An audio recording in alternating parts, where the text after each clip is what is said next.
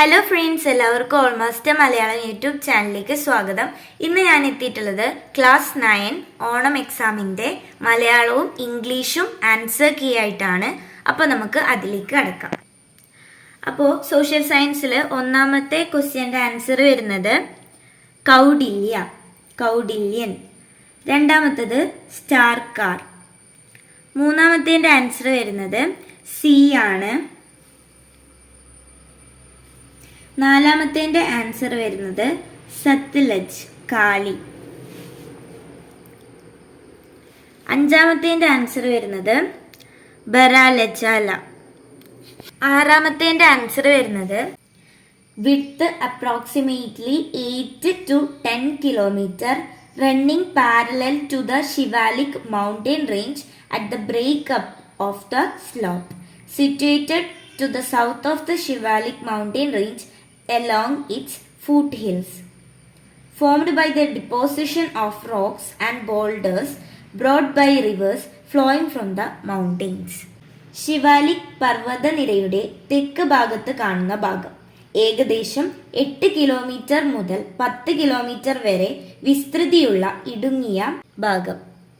പർവ്വത ഭാഗത്തു നിന്നും വരുന്ന നദികൾ കൊണ്ടുവരുന്ന ഉരുളൻകല്ലുകളും പാറക്കല്ലുകളും നിക്ഷേപിക്കപ്പെട്ട് രൂപം കൊണ്ട സമതല ഭാഗം.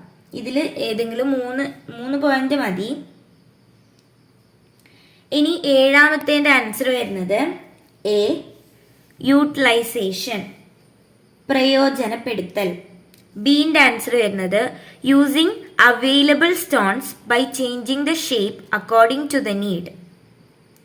ലഭ്യമായ കല്ലുകളെ ആവശ്യാനുസരണം രൂപമാറ്റം വരുത്തി ഉപയോഗിക്കുന്ന രീതി. സി സ്റ്റാൻഡേർഡൈസേഷൻ, ക്രമവൽക്കരണം. ഇനി എട്ടാമത്തേൻ്റെ ആൻസർ വരുന്നത് single citizenship, bicameral legislature and independent and impartial judiciary. കേന്ദ്രത്തിനും സംസ്ഥാനങ്ങൾക്കുമായി ഒരു പൊതുഭരണഘടന, ഭരണഘടനയുടെ പരമാധികാരം, ഏക പൗരത്വം, അർദ്ധ ഫെഡറൽ സംവിധാനം. ഏതെങ്കിലും മൂന്നെണ്ണം എഴുതിയാൽ മതി. ഇനി ഒമ്പതാമത്തേൻ്റെ ആൻസർ വരുന്നത് buildings build on sites where the physical remains of the Buddha or objects used by the Buddha were buried, made in a semi circular shape rich in carvings. ബുദ്ധന്റെ ഭൗതിക അവശിഷ്ടങ്ങളോ ബുദ്ധൻ ഉപയോഗിച്ച വസ്തുക്കളോ അടക്കം ചെയ്ത സ്ഥലങ്ങളിൽ നിർമ്മിക്കുന്ന കെട്ടിടങ്ങളാണ് സ്തൂപങ്ങൾ. അർദ്ധവൃത്താകൃതിയിലാണ് ഇവ നിർമ്മിച്ചിരിക്കുന്നത്. ഇവ കൊത്തുപണികളാൽ സമ്പന്നമാണ്. ഇനി പത്താമത്തേൻ്റെ ആൻസർ വരുന്നത് എ ദ ശിവാലിക് നിര. B the Himadri, C Himachal. ഇനി 11ാമത്തേൻ്റെ ആൻസർ വരുന്നത് ensuring higher education, proper training, health care. ഉന്നത വിദ്യാഭ്യാസം, ഉചിതമായ പരിശീലനം, ആരോഗ്യ പരിരക്ഷ. 12ാമത്തേൻ്റെ എൻ്റെ ആൻസർ വരുന്നത് convergent boundary. B divergent boundary, C transform boundary. A സംയോജക സീമ, ബി വിയോജക സീമ, സി ഛേദക സീമ. ഇനി 13ാമത്തേൻ്റെ ആൻസർ വരുന്നത് ബാരി ദോബ്, രചന ദോബ്, ചാജ് ദോബ്, ബിസ്ത് ജലധർ ദോബ്. ഏതെങ്കിലും മൂന്നെണ്ണം എഴുതിയാൽ മതി. ബാരി ഡോബ്, ചാജ് ഡോബ്, ബിസ്ത് ജലന്ധർ ഡോബ്. 14ാമത്തേൻ്റെ ആൻസർ വരുന്നത് എ മിത്ര, ഫ്രണ്ട്ലി കൺട്രീസ്, മിത്രം സൗഹൃദ രാജ്യങ്ങൾ. സി ജനപദ, ലാൻഡ് ആൻഡ് പീപ്പിൾ, ജനപദം മേഖലയും ജനങ്ങളും. ഇ ആണ് വരുന്നത് Durga, fortified and protected area. Durga കോട്ട കെട്ടി സംരക്ഷിച്ച സ്ഥലം. ഇനി 15ാമത്തേതാണ്. അതിൽ ഒന്നാമത്തേൻ്റെ ആൻസർ വരുന്നത് ഇത് ഏത് monsoon wind, south west monsoon wind ആണ് വരുന്നത്. അപ്പോൾ അതിനെ പറ്റിയിട്ട് പറയാനുള്ളത് the Arabian Sea Branch. The Arabian Sea Branch that reaches the coast of Kerala by early June causes heavy rainfall here. Then it advances to the states of Karnataka, Goa, Maharashtra and Gujarat and causes rainfall in the western parts. The Bay of Bengal branch. The Bay of Bengal branch entering the land to the Sundarbans Delta region gets bifurcated into two sub-branches. One branch moves eastward and enters the Brahmaputra plain, causing widespread rain. The other branch moving westward along the Ganga plain causes rainfall in West Bengal, Bihar, Uttar Pradesh, Delhi and proceeds further westward. Over the Punjab plain, this branch joins the Arabian branch which is moving parallel to the Aravalli mountains and then brings rain to the foothills of the western Himalayas. തെക്കു പടിഞ്ഞാറൻ monsoon കാറ്റുകൾ. അറബിക്കടൽ ശാഖ, ബംഗാൾ ഉൾക്കടൽ ശാഖ എന്നിങ്ങനെ രണ്ട് ശാഖകളായി ഇന്ത്യയിൽ പ്രവേശിക്കുന്നു. സുന്ദർവനം ഡെൽറ്റ പ്രദേശത്തിലൂടെ കരയിലേക്ക് പ്രവേശിക്കുന്ന ബംഗാൾ ഉൾക്കടൽ ശാഖ രണ്ട് ഉപശാഖകളായി പിരിയുന്നു. ഒന്ന് കിഴക്ക് ദിശയിൽ ബ്രഹ്മപുത്ര സമതലത്തിൽ പ്രവേശിച്ച് വൻതോതിൽ മഴ നൽകുന്നു. പടിഞ്ഞാറ് ദിശയിൽ ഗംഗാ സമതലത്തിലേക്ക് പ്രവേശിക്കുന്ന ഉപശാഖ പശ്ചിമ ബംഗാൾ, ബീഹാർ, ഉത്തർപ്രദേശ്, ഡൽഹി എന്നിവിടങ്ങളിൽ മഴ നൽകി മുന്നേറുന്നു.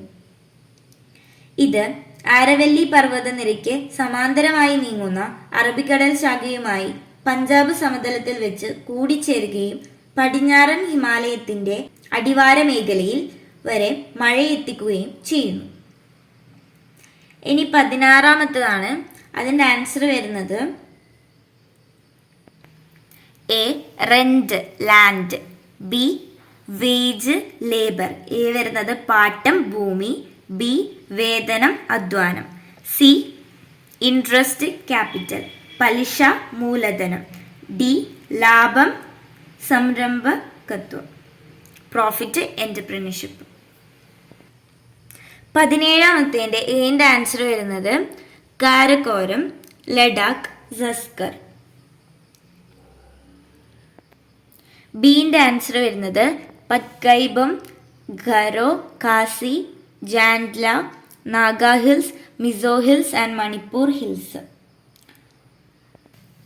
18ാമത്തേൻ്റെ ആൻസർ വരുന്നത് largest written constitution, parliamentary democracy, directive principles of state policy, bicameral legislature. ഇനിയും കുറേ പോയിന്റ്സ് ഉണ്ട്, അപ്പോൾ അതെല്ലാം ഉൾപ്പെടുത്താം. ഏറ്റവും വലിയ എഴുതപ്പെട്ട ഭരണഘടന, പാർലമെന്ററി ജനാധിപത്യം, മാർഗനിർദ്ദേശക തത്വങ്ങൾ, ശക്തമായ കേന്ദ്ര ഗവൺമെന്റോട് കൂടിയ ഫെഡറലിസം. ഇനി 19ാമത്തേൻ്റെ ആൻസർ വരുന്നത് right belief, right knowledge, right action. Name വരുന്നത് ത്രിരത്നാസ്. ശരിയായ വിശ്വാസം, ശരിയായ അറിവ്, ശരിയായ പ്രവൃത്തി, ഇവ ത്രിരത്നങ്ങൾ എന്നറിയപ്പെടുന്നു. 20ാമത്തേല് പത്കൈബം വരുന്നത് പൂർവജാൽ ഹിൽസ് ആണ്. നൈനിതാൽ വരുന്നത് ഉത്തർഖണ്ഡ് ഹിമാലയയിലാണ്. ഷിംല വരുന്നത് ഹിമാചൽ ഹിമാലയ. മൗണ്ട് കേറ്റു കാശ്മീർ ഹിമാലയ. 21ാമത്തേൻ്റെ ആൻസർ വരുന്നത് population growth, complex social organisation, change in technology, അതെല്ലാം എഴുതാം. ജനസംഖ്യാ വർധനവ്, മനുഷ്യാധിവാസ കേന്ദ്രങ്ങളുടെ എണ്ണത്തിലുണ്ടായ വർധന, സങ്കീർണമായ സാമൂഹിക സംഘാടനം. 22ാമത്തേൻ്റെ ആൻസർ വരുന്നത് Ashoka Dhamma. The ideas propagated by Emperor Ashoka to maintain peace and coexistence among his subjects are known as Ashoka Dhamma or Dharma. Main ideas of Ashoka Dhamma വരുന്നത് be tolerant to other religions, respect elders and teachers, be kind to slaves and the sick. തൻ്റെ പ്രജകൾക്കിടയിൽ സഹവർത്തിത്വം സമാധാനവും നിലനിർത്താൻ അശോക ചക്രവർത്തി പ്രചരിപ്പിച്ച ആശയങ്ങളാണ് അശോകധർമ്മ എന്നറിയപ്പെടുന്നത്. അശോകധർമ്മത്തിലെ പ്രധാന ആശയങ്ങൾ: മറ്റു മതവിശ്വാസികളോട് സഹിഷ്ണുത കാണിക്കുക, മുതിർന്നവരെയും ഗുരുക്കന്മാരെയും ബഹുമാനിക്കുക, അടിമകളോടും രോഗികളോടും ദയ കാണിക്കുക. 23ാമത്തെ ഏൻ്റെ ആൻസർ വരുന്നത് ഷോവെ പ്രാചീന ശിലായുഗം, ഷോവറ്റ് പാലിയോലിത്തിക് ഏജ്. ദൈമാബാദ് താമ്രശിലായുഗം, ദൈമാബാദ് ചാൽക്കോലിത്തിക് ഏജ്. ജാർമോ നവീന ശിലായുഗം, ജാർമോ നിയോലിത്തിക് ഏജ്. ലഗ്ജാവോർ മധ്യശിലായുഗം, മിസോലിത്തിക് ഏജ്. ഇനി 24ാമത്തെ ആൻസർ വരുന്നത് the major portion of the north Indian plain is located far away from the moderating influence of the oceans, resulting in a continental climate. Snowfall in the nearby Himalayan ranges contributes to strong cold waves. Cold winds from West Asia cause frost, fog, and cold waves in the western part of the North Indian plain. The apparent movement of the sun from the northern hemisphere towards the southern hemisphere adds to the cold conditions. ഉത്തരേന്ത്യ സമതലങ്ങളുടെ മിക്ക പ്രദേശങ്ങളും സമുദ്രത്തിന്റെ സ്വാധീനത്തിൽ നിന്നും ഏറെ അകലെയായിരിക്കുന്നത്.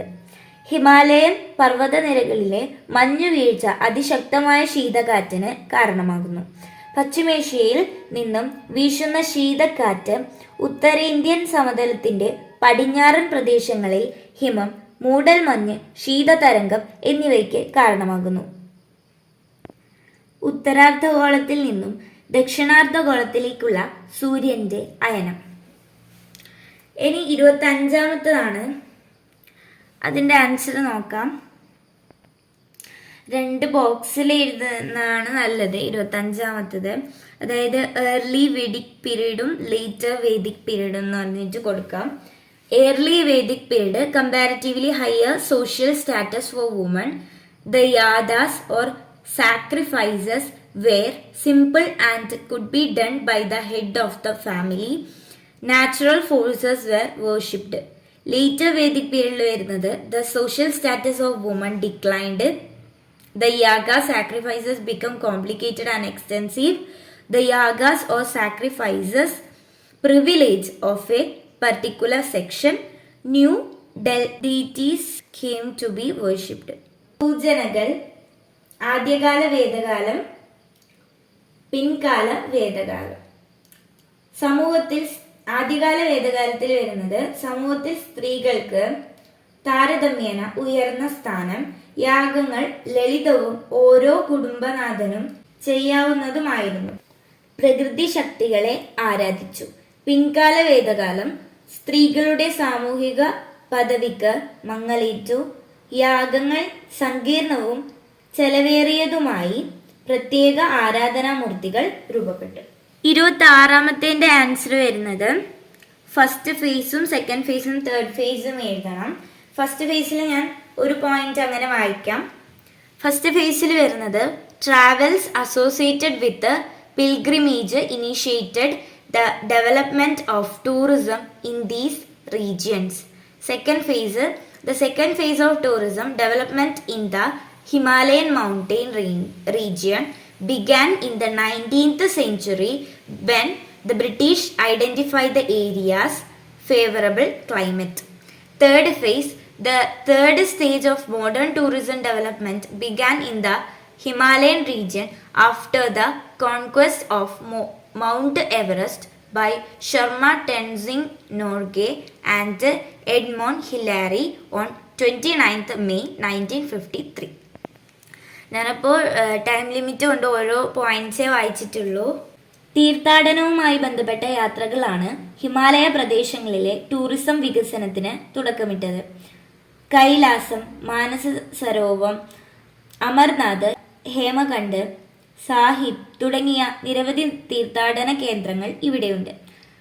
19-ാം നൂറ്റാണ്ടിൽ ബ്രിട്ടീഷുകാർ ഹിമാലയ പർവ്വത പ്രദേശങ്ങളിലെ അനുകൂല കാലാവസ്ഥ തിരിച്ചറിഞ്ഞ് ഇവിടങ്ങളിൽ സുഖവാസ കേന്ദ്രങ്ങൾ വികസിപ്പിച്ചതോടെയാണ് ടൂറിസം വികസനത്തിന്റെ രണ്ടാം ഘട്ടം ആരംഭിക്കുന്നത്. ഷിംല, ഡാർജിലിംഗ്, ഷില്ലോങ്, അൽമോറ, റാണിഖേറ്റ് തുടങ്ങിയ റിസോർട്ട് പട്ടണങ്ങൾ പ്രധാന ടൂറിസ്റ്റ് കേന്ദ്രങ്ങളാണ്. ശർമ്മ ടെൻസിംഗ് നോർഗെയും എഡ്വേർഡ് ഗിലാരിയും എവറസ്റ്റ് കൊടുമുടി കീഴടക്കിയതിനു ശേഷമാണ് ടൂറിസം വികസനത്തിന്റെ മൂന്നാം ഘട്ടവുമായ ആധുനിക ടൂറിസം സാധ്യതകൾ ഹിമാലയ പ്രദേശത്ത് വികസിപ്പിച്ചത്. ഇന്ന് പർവ്വതാരോഹണം, പാരാഗ്ലൈഡിംഗ് തുടങ്ങിയ സാഹസിക വിനോദ സഞ്ചാര മേഖലയും ഏറെ വികസിച്ചിട്ടുണ്ട്. ഇനി 27-ാമത്തതാണ് നാച്ചുറൽ വെജിറ്റേഷൻ. എഴുതണം first. The term natural vegetation refers to a plant community that has been left undisturbed for a long period, enabling its individual species to fully adapt to the respective climate and social condition. Two types ഉണ്ട്. Types of natural vegetation in North Indian plain: the tropical deciduous forest, the tropical thorn forest, swamp forest. അതിൽ ഏതെങ്കിലും രണ്ടെണ്ണം explain ചെയ്താൽ മതി. The tropical deciduous forest divided into two: dry deciduous forest and the moist deciduous forest. Dry deciduous forest annual rainfall ranges between 70 cm and 100 cm, found in plains of Uttar Pradesh and Bihar. Moist deciduous forest rainfall ranging from 100 cm to 200 cm per annum, seen along the strip of Shivalik range including Tarai and Babar and in certain parts of Odisha and Bengal. Any tropical thorn forest prevalent in the semi-arid areas of southwest Punjab, Haryana, Rajasthan and Uttar Pradesh. These forests consist of various grasses and shrubs with important species such as babol, ber, wild date palm, etc. Sorry, ഞാൻ ആദ്യം ഓറിലെ B ആണ് വായിച്ചത്. 27-ാമത്തത്. എൻ്റെ answer നോക്കാം. River Indus, river Ganga, river Brahmaputra. അതിനെയാണ് explain ചെയ്യേണ്ടത്. River Indus originating from Bogarchu glacier near the Manasarovar lake. River Ganga originating from the Gangotri glaciers in Gomukh. River Brahmaputra originating from Chemayungdung glacier near Manasarovar lake. ഇനി land forms വരുന്നത് V shaped valleys, gorges, waterfalls, meanders, oxbows lakes, deltas, sand bars, riverine islands, flood plains. 27-ാമത്തെ വരുന്നത് സിന്ധു നദി മാനസരോവര തടാകത്തിനടുത്ത് ബോഗർച്ച ഹിമാലയയിൽ നിന്നും ഉത്ഭവിക്കുന്നു. ഗംഗാ നദി ഗംഗോത്രി ഹിമാലയയിലെ ഗോമുഖിൽ നിന്നും ഉത്ഭവിക്കുന്നു. ബ്രഹ്മപുത്ര നദി മാനസരോവര തടാകത്തിനടുത്ത് ചിമയംദുങ് ഹിമാലയത്തിൽ നിന്നും ഉത്ഭവിക്കുന്നു. ഭൂരൂപങ്ങൾ: വീരൂപ താഴ്വാരങ്ങൾ, ഗിരികന്ധരങ്ങൾ, വെള്ളച്ചാട്ടങ്ങൾ. ഇനി ബീൻ്റെത് മലയാളം വരുന്നത് ഉഷ്ണമേഖല ഇലപൊഴിയും വനങ്ങളെ വരണ്ട ഇലപൊഴിയും കാടുകൾ, ആർദ്ര ഇലപൊഴിയും കാടുകൾ എന്നിങ്ങനെ രണ്ടായി തിരിക്കാം. വരണ്ട ഇലപൊഴിയും കാടുകൾ 70 സെന്റിമീറ്ററിനും 100 സെന്റിമീറ്ററിനും ഇടയിൽ വാർഷിക മഴ ലഭിക്കുന്ന പ്രദേശങ്ങളിൽ കാണപ്പെടുന്നു. അർദ്ധ ഇലപൊഴിയും കാടുകൾ 100 സെന്റിമീറ്ററിനും 200 സെന്റിമീറ്ററിനും ഇടയിൽ വാർഷികമായി ലഭിക്കുന്ന ടെറായി ബാബർ മേഖല ഉൾപ്പെടുന്ന സിവാലിക് താഴ്വര, ഒഡീഷയിലെയും പശ്ചിമ ബംഗാളിലെയും ചില ഭാഗങ്ങൾ എന്നിവിടങ്ങളിൽ കാണുന്നു. ഉഷ്ണമേഖല മുൾക്കാടുകൾ തെക്കു പടിഞ്ഞാറൻ പഞ്ചാബിലെ അർദ്ധവരണ്ട പ്രദേശങ്ങളിലും പടിഞ്ഞാറൻ ഹരിയാന, രാജസ്ഥാൻ എന്നിവിടങ്ങളിലും കാണപ്പെടുന്നു. ഞാൻ ഓരോരോ പോയിന്റ്സേ വായിക്കുന്നുള്ളൂ. ചതുപ്പു നിലവനങ്ങൾ. രാജസ്ഥാനിലെ വിശാലമായ ഉപ്പുപാടങ്ങൾ, ശുദ്ധജല തടാകങ്ങൾ, ഗംഗാ സമതലങ്ങളിൽ ശുദ്ധജല ചതുപ്പുകൾ, ബ്രഹ്മപുത്ര നദിയുടെ പ്രളയ സമതലങ്ങൾ, സുന്ദർബൻ ഡെൽറ്റ പ്രദേശങ്ങൾ എന്നിവിടങ്ങളിൽ കാണപ്പെടുന്ന സ്വാഭാവിക സസ്യജാലങ്ങളാണിവ. 28ാമത്തേന്റെ ആൻസർ വരുന്നത് A. Wide spread use of iron tools, increased agriculture production, growth of trade and cities. BCE 6-ാം നൂറ്റാണ്ടോടെ കൃഷിയെയും കന്നുകാലികളെയും ആശ്രയിച്ചുള്ള ഒരു സാമൂഹിക സാമ്പത്തിക വ്യവസ്ഥ ഗംഗാ തടാകത്തിൽ ഉയർന്നു വന്നു. ഇത് യാഗങ്ങൾക്കും മൃഗബലിക്കും പ്രാമുഖ്യം നൽകിയിരുന്നു. വേദകാല ആചാരവുമായി പൊരുത്തപ്പെട്ടതായിരുന്നില്ല. ഇതെല്ലാമാണ് എഴുതേണ്ടത്. ഇനി ഓർ ക്വസ്റ്റ്യൻ ഉണ്ട്. ഓർ ക്വസ്റ്റ്യനിൽ വരുന്നത് സ്റ്റോൺ ടൂൾസും വേസ് ഓഫ് ലിവിങ്ങും ഡിവിഷൻ ഓഫ് ലേബർ. ഇങ്ങനെ പാലിയോലിത്തിക്, മിസോലിത്തിക് എന്ന് പറഞ്ഞിട്ട് ഒരു ബോക്സിൽ എഴുതുന്നതാണ് നല്ലത്. പാലിയോലിത്തിക്കില് സ്റ്റോൺ ടൂൾസ് വരുന്നത് used rough stone tools. Ways of living lived in caves and open spaces. Hunting and gathering were the means of livelihood. അതെല്ലാം എഴുതാം. ഡിവിഷൻ ഓഫ് ലേബറിൽ വരുന്നത് men were engaged in hunting and women in gathering. മീസോലിത്തിക്കിൽ stone ടൂൾസിൽ എഴുതാൻ പറ്റുന്നത് use of very small stone tools, അതെല്ലാം എഴുതാം. ഇനി division of labour based on gender ആയിരുന്നു മീസോലിത്തിക്കിൽ വരുന്നത്. മലയാളം വരുന്നത് യുഗങ്ങൾ. പ്രാചീന ശിലായുഗത്തില് പരുക്കൻ ശിലാ ഉപകരണങ്ങൾ, ഉരുളൻകല്ലുകൾ, അതെല്ലാം എഴുതാം. മധ്യശിലായുഗത്തില് മൈക്രോലിത്തിക്കുകൾ അഥവാ സൂക്ഷ്മശിലകൾ. ഉപജീവന രീതികൾ പ്രാചീന ശിലായുഗത്തിൽ വരുന്നത് വേട്ടയാടൽ, ശേഖരണം. മധ്യശിലായുഗത്തിൽ വരുന്നത് വേട്ടയാടൽ, ശേഖരണം, മീൻപിടുത്തവും വരുന്നുണ്ട്. തൊഴിൽ വിഭജനം പ്രാചീന ശിലായുഗത്തിൽ പുരുഷന്മാർ വേട്ടയാടലിനും സ്ത്രീകൾ ശേഖരണത്തിനും ഏർപ്പെടുന്നു. മധ്യശിലായുഗത്തില് ലിംഗാടിസ്ഥാനത്തിലുള്ള തൊഴിൽ വിഭജനം ഉണ്ടായിരുന്നു.